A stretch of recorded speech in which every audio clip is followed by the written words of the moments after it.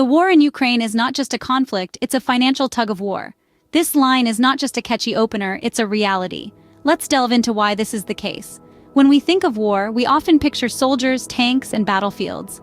However, in the modern era, war extends far beyond the physical realm. It's a complex web of financial, political, and even technological factors. This is certainly evident in the current situation unfolding in Ukraine. You see, some American conservatives view the war in Ukraine as more than just a fight for sovereignty or geopolitical dominance. For them, it's a financial issue, a drain on resources that could be better spent domestically. They argue that the U.S. should defund its involvement in the war, citing the economic strain it places on the nation. But why is this the case?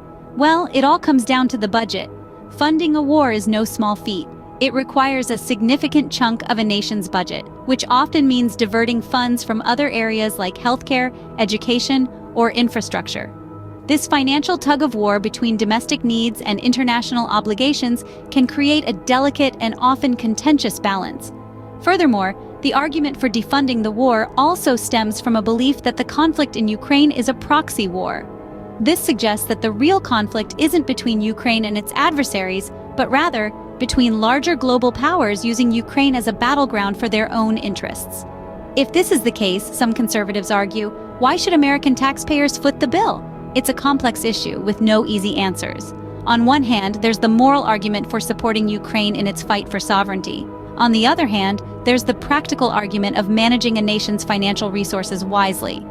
In the end, the question isn't just about who's right or wrong, it's about the cost we're willing to pay. And that, dear listeners, is the crux of the financial tug-of-war that is the war in Ukraine. There's a term being thrown around a lot these days, proxy war. But what does it really mean? Well, let's take a moment to break it down. A proxy war is essentially a conflict where major powers do not directly engage with each other, but instead support other parties or groups to do the fighting on their behalf. This often happens when the stakes are high, but direct conflict would be too costly or potentially escalate to a global scale. Now, why is the situation in Ukraine being referred to as a proxy war by American conservatives? It's because they believe that the U.S. is indirectly involved in the conflict by financially supporting Ukraine. They argue that by providing funds, the U.S. is, in essence, fighting a war against Russia without actually putting American soldiers on the ground. But why are they so vocal about this? Well, one of the main reasons is the economic impact. They claim that the money funneled into this conflict is putting a strain on the U.S. budget, affecting domestic priorities and potentially leading to financial instability. They are concerned that this could have long-term implications for the American economy and its citizens. But it's not just about the money. Calling it a proxy war is also a way to highlight the geopolitical implications. They argue that this indirect involvement could potentially escalate tensions between the U.S. and Russia, potentially leading to a larger, more direct conflict. In essence, the term proxy war is being used to underscore the complexities of the situation in Ukraine.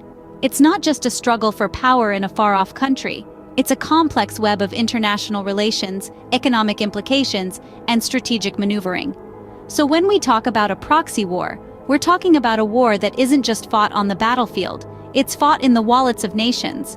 America's budget isn't infinite, and every dollar spent on foreign conflicts is a dollar not spent at home.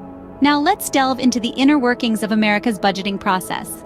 Imagine a giant pie representing the federal budget. This pie is sliced into several pieces, each representing different categories of spending. These categories include defense, healthcare, education, and yes, foreign aid. But here's the thing, this pie isn't growing as fast as the demands placed on it. So if one piece gets bigger, say the defense slice due to a foreign conflict, another piece has to get smaller. This could mean less funding for education, healthcare, or infrastructure development. Now let's take a step back and look at the process of budgeting itself. Every year, the president proposes a budget to Congress outlining the administration's spending plans. It's then up to Congress to review, modify, and pass the budget. This process is often fraught with political battles, as lawmakers must decide which priorities to fund and which to cut. When we talk about funding foreign conflicts, we're not just talking about direct military spending. We're also talking about economic aid, humanitarian assistance, and reconstruction costs. And these costs can quickly add up, reducing the funds available for domestic programs. But why is this important? Well, every dollar spent on foreign conflicts is a dollar less for domestic projects. It could mean fewer resources for education, healthcare, or infrastructure. It could mean less funding for research and development, which drives innovation and economic growth. It could mean less money for social safety nets that protect the most vulnerable members of society. This doesn't mean that America should turn its back on the world.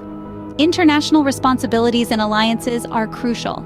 They promote global stability and protect American interests abroad. But it's a delicate balancing act. Too much focus on foreign conflicts can lead to neglect at home, causing domestic issues to fester and grow. The balancing act between domestic needs and international responsibilities is a challenge that every government faces. But when the scales tip too far in one direction, the consequences can be dire. Borrowing money is a part of most countries' financial strategies. But what happens when you owe $100 billion to a rival superpower?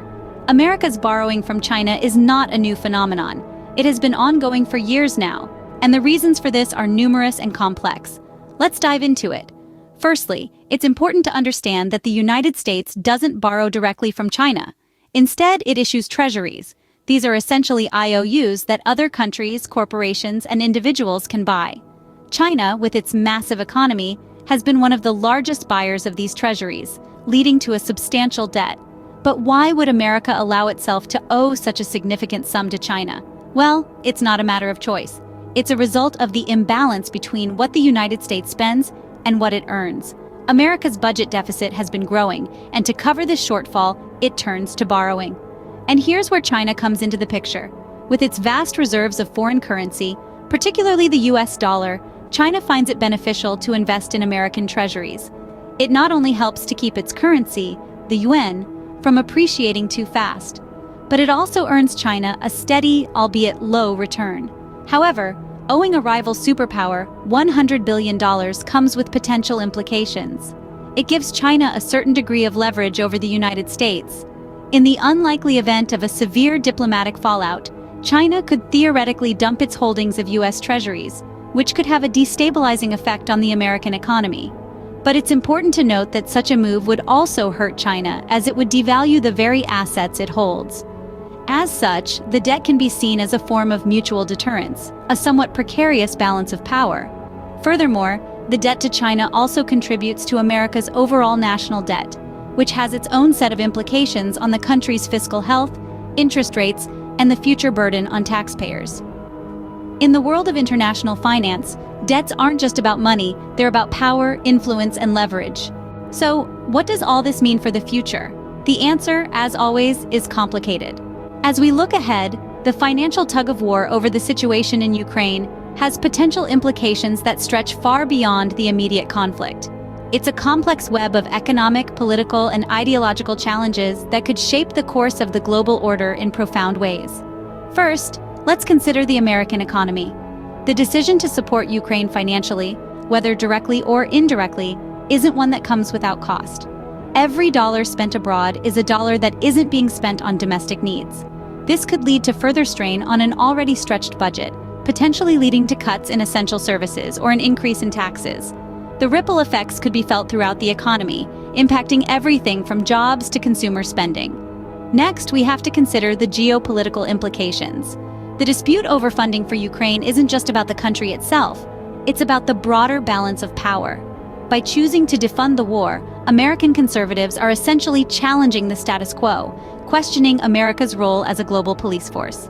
This could potentially lead to a shift in international relations, with other nations stepping in to fill the void. Finally, there's the ideological aspect. The debate over Ukraine is, at its core, a debate over the nature of international relations and the role of military force in achieving political objectives. If the calls for defunding gain traction, it could signal a shift towards a more isolationist stance, reshaping America's approach to foreign policy. But perhaps the most significant implication is the potential impact on America's standing in the global community. The decision to borrow a staggering $100 billion from China to fund the conflict in Ukraine is a clear indication of the lengths the US is willing to go to maintain its influence.